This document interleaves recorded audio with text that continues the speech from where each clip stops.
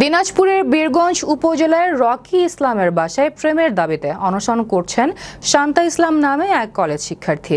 দীর্ঘ ১৬ দিন অনশন করলেও এখনো মেলেনি কোনো সুবিচার, উল্টো অমানবিক নির্যাতনের অভিযোগ পাওয়া যায়। খবর পেয়ে সাংবাদিকরা ছবি তুলতে গেলে তাতে বাধা দেয় ছেলের পরিবারের লোকজন।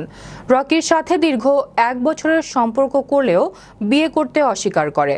বিষয়টি পারিবারিকভাবে মীমাংসার কথা থাকলেও এখনো কোনো সমাধান হয়নি।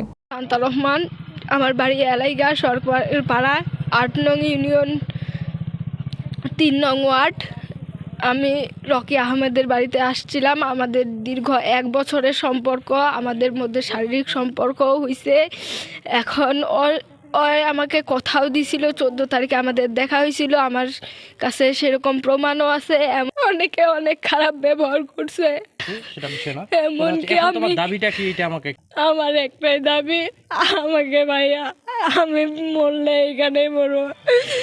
আমার শুধু ওকে চাই, আর যদি এখান থেকে যাই আমার যেন মরার হার যায়।